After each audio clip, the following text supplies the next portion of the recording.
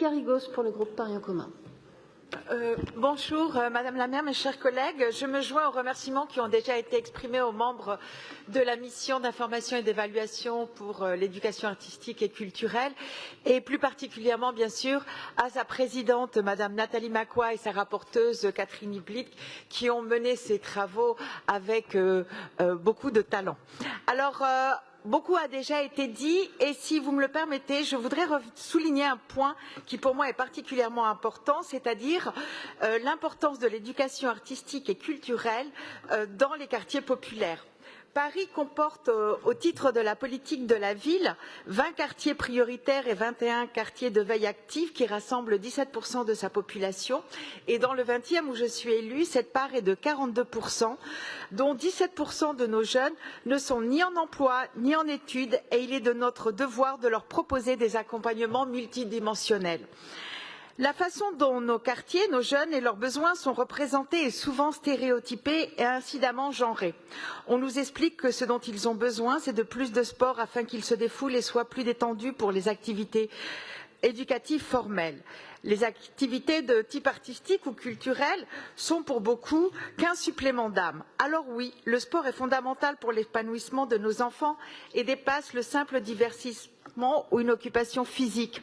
Et s'il contribue à l'expression de soi et au dépassement de ses capacités, l'éducation artistique et culturelle ne se limite pas à l'acquisition de connaissances académiques ou au partage d'un patrimoine culturel commun. Elle permet d'apporter une autre voie, d'autres ressorts complémentaires pour exprimer et transformer la colère, les peurs, l'espoir d'une jeunesse qui est souvent désorientée. Dans le 20e, nombreux sont les acteurs œuvrant au quotidien pour le développement de l'EAC, acteurs qui constituent une de ses richesses.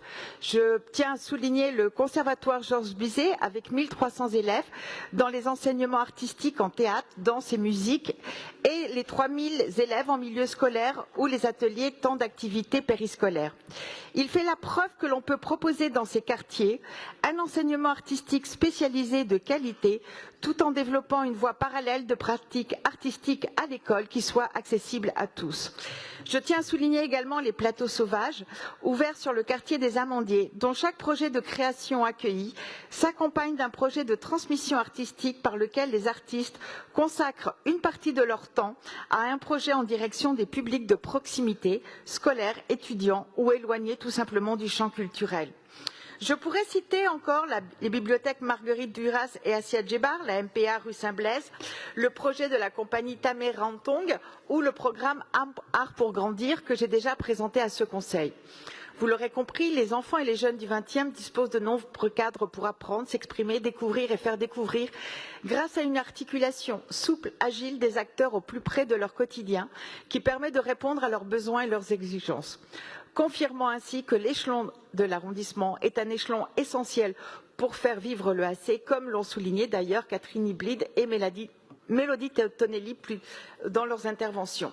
Oui, l'arrondissement est le niveau stratégique le plus adéquat pour l'EAC et il est important de le dire comme il est important de signaler que cette responsabilité opérationnelle ne doit pas avoir pour corollaire un désinvestissement par l'État ou les administrations centrales dans nos quartiers populaires.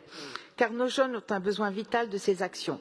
Oui, l'investissement public et la solidarité restent nécessaires pour répondre aux inégalités sociales et territoriales, y compris et particulièrement dans le domaine artistique et culturel, sans lequel le développement de nos jeunes se voit élagué. Je vous remercie.